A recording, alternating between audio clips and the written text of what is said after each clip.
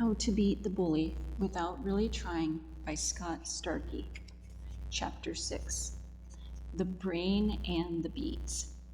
Strange as it seems, Toby was apparently ignorant of the dangers lurking on the other side of the fence.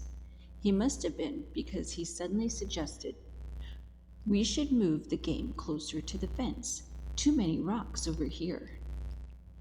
I should have realized right away what was happening. "No way," shouted Dave. "Are you crazy?" Slim yelled. "Toby, don't you know what's on the other side of that fence?" Rishi asked. "We can't play any closer to the McThug brothers." "They're not paying attention to us," Toby told Rishi.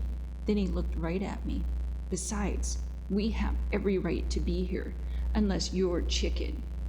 In the corner of my eye, I noticed Jessica, Kayla, and Samantha. They had come down to watch us play. Trying to sound cool and confident, I told Toby, "Let's move the game over then. I'm not afraid of some loudmouth bikers." That satisfied everyone. We walked over to the fence and Toby spoke up again. "Hey, let me be quarterback." He was on the other team, so I didn't care much who threw the ball. On the next play, Dave ran and out toward the fence. Toby faded back and threw a pass toward him. The pass may have gone in Dave's general direction, but it went 20 feet over his head. We all watched it. I remember thinking for a moment that it was a nice spiral. It seemed to hang in the air for a few seconds before disappearing on the other side of the fence, right into the McThug's lair. I doubted we'd see it again. Then I remembered that it was no ordinary ball. Rishi's uncle worked for the Browns and had just given him the new ball. In fact, Rishi had proudly shown it to everyone in class that very morning, pointing out that it was a real NFL football. Now it was gone. Rishi held his hands to his face with a look of complete anguish, only able to mumble, "Foot, foot, foot." "What's the matter with your foot?" Slim asked. But Rishi didn't answer. Instead, he exploded at Toby. "You threw it over the fence. You did it on purpose." Toby stood with a slight frown. "I didn't throw it on purpose. My hand slipped." Rishi said, "What am I going to do now? You owe me a ball." "I ain't giving you nothing. Besides, it ain't that big of a deal." "Not a big deal," Rishi screamed. Toby put a hand up and said, "Wait, there's an easy solution." "What solution?" Rishi asked, and the rest of us wondered the same thing. We leaned in closer to hear what he had to say.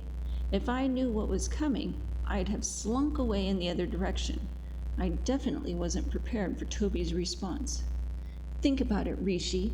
We have Rodney standing right here." I didn't like the sound of my name popping up. "He's like the bravest and toughest kid in Garrettsville. He can go get it. Besides, he said he wasn't afraid of the McThugs." My heart almost stopped, and I cursed my big mouth.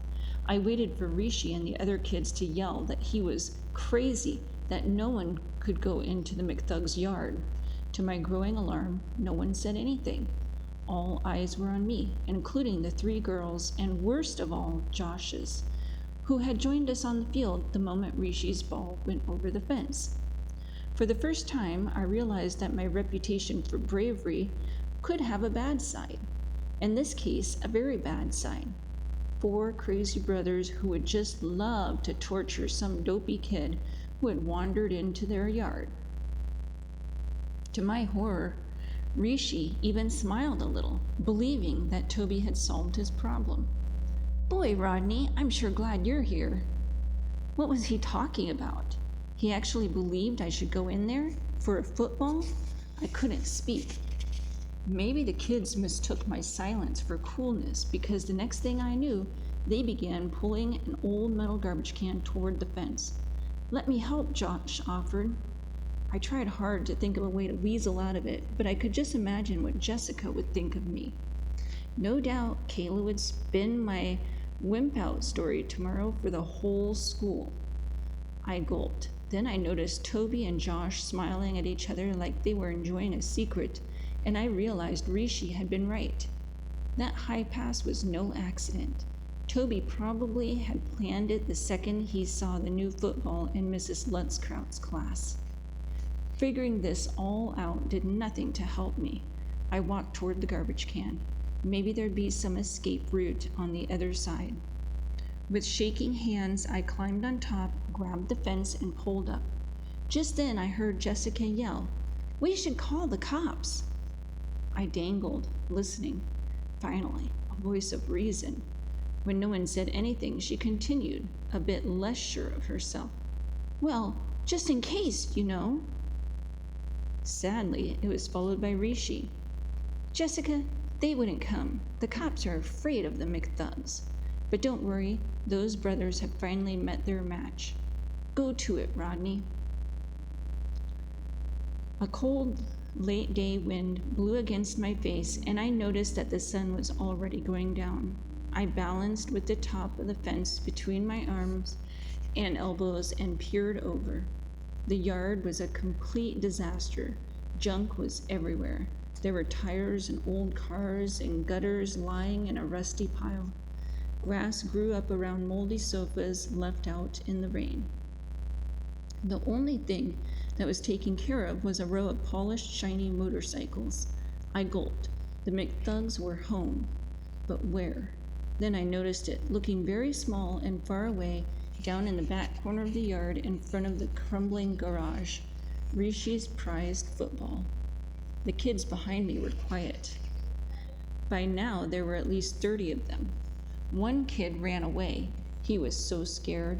How long I balanced up there, I still have no idea, but time seemed to slow. I noticed that the wooden gate leading to the front yard was closed. It was probably as far from the ball as possible. After a brief prayer, I swiveled my legs over the stockade top, balanced on the wooden post, and lowered myself into the yard of death.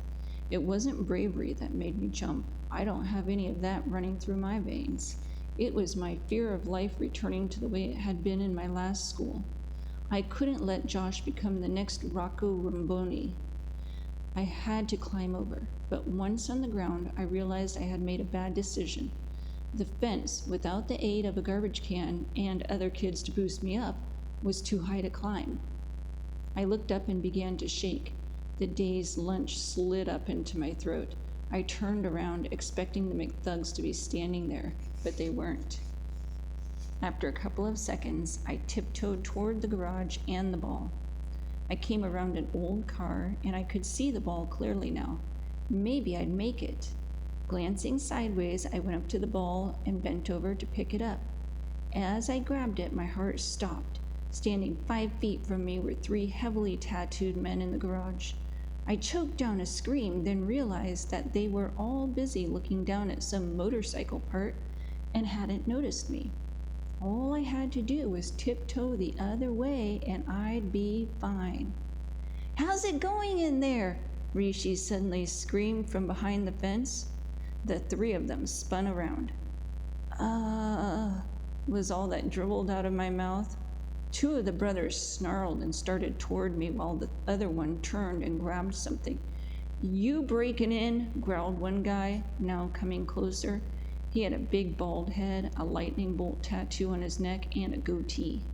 Me? I was just trying to get our football," I stammered, backpedaling. "Football?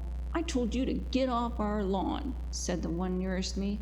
He had a long, black, greasy hair that was tied back by an orange bandana. "Did you think I was kidding? Do you know what happened to the last guy who didn't listen to me?" The 3rd brother had joined them and was holding something shiny and metal in his hand. They were circling me now and my knees were wiggling. "You trying to steal our motorcycles?" the bald one snapped. "Motorcycles? I can barely ride a bike," I said. "Hey, look, the kid's got a rat on his shirt," the one with the greasy hair yelled, pointing to my chest. The bald one looked down. "You're right. That is a rat." He reached out and gripped the front of my shirt in his hands. "You a Ratfield boy?" "A who?" I wheezed. "Don't play. Our family's been battling those low-down, dirty Ratfields for years, and you just stroll in here wearing that rat shirt?" It's Mickey Mouse." "Who?" the bald one barked. I realized these guys were one bunch of lug nuts. But as they were also the scariest guys I'd ever met. Greasy Hair said, "He's definitely a Ratfield. They must think they're pretty smart sending a kid to do their dirty work. Well, kid, you didn't get the drop on us. We is too smart for that." Baldy added, "We better send them a message. Show 'em what we do to little spies. What do you think we should do with him?" "Why don't we ask the Brain?" "Good idea. Go get the Brain and tell him to come out here." For a moment, my panic level dipped. With a brother called the Brain coming out, maybe I'd be saved. Surely this guy would see that I wasn't a spy or a Ratfield and let me go. I started to exhale, but within a minute, the back door slammed, and when the Brain walked into the fading afternoon light, I almost threw up. He was well over 6 feet tall and had more muscles than I'd ever seen. His black tank top was stained with what looked like blood. I looked up at his face. His eyes were dark, crazy, and angry. He had a large bone pierced through his nose, and I knew nothing was going to save me. The bald one, smiling evilly, said, "What do you think we should do with this here Ratfield?" The Brain glared at me before picking up a bottle and smashing it over his own head. Now you know why we call him the Brain. And I didn't wait to hear more about the Brain. My legs, full of nervous energy, rocketed off. The bald one still had my shirt in his hands, and I heard it rip, but my feet kept moving. The McThugs took off after me. I ran blindly down an aisle of junk, weaving in and out of old washing machines, piles of bricks, and even a wooden statue. I turned left between a Buick and a sofa and thought for a second that I was cornered. Seeing a gap, I ran and did a baseball slide right under an open car door, almost dropping the football. The Brain didn't need to slide, he just ran through it, the rusty metal hinges tearing off the car's frame. The door slowed him temporarily, and I sprinted and hurtled my way through the junk to the far-off opening. As I ran toward the gate, I noticed a padlock hanging from a rusty latch. I didn't have time to think. Instead, I lowered my shoulder and ran as hard as I could into the gate. There was a loud bang. I fell back to the ground, and landing next to me was the biggest wasp nest I'd ever seen. The fall had cracked it open, and hundreds of furious yellow jackets came scrambling out. I slammed myself into the gate again. This time the rusty hinge came loose and it swung open. I ran out and slammed the gate behind me. I backed away toward the road. A loud, deep, angry buzz filled the air. And then, bees! I'm getting out of here! The McThugs were screaming and cursing. The gate opened part way with the bald one swinging wildly at the air, screaming like a baby. Hearing the commotion, the football gang tore over to the chain-link fence that separated the field from the sidewalk. They arrived in time to hear moans of agony. Then they flinched as one McThug ran past them, shrieking, crying, and flailing his arms around his head like the devil himself had chased him. "Save me!" he screamed as he turned the corner. 3 more brothers followed him. As my friends looked back down the block to see what had scared the town's most dangerous criminals so badly, they saw me standing there, dirty, shirt ripped, holding the prized football. They went bananas. They scrambled over or around the chain-link fence and rushed toward me.